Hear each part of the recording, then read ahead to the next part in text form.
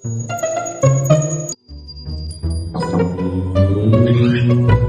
ಬನ್ನಿ ಕುಳ್ಕೊಳ್ಳಿ.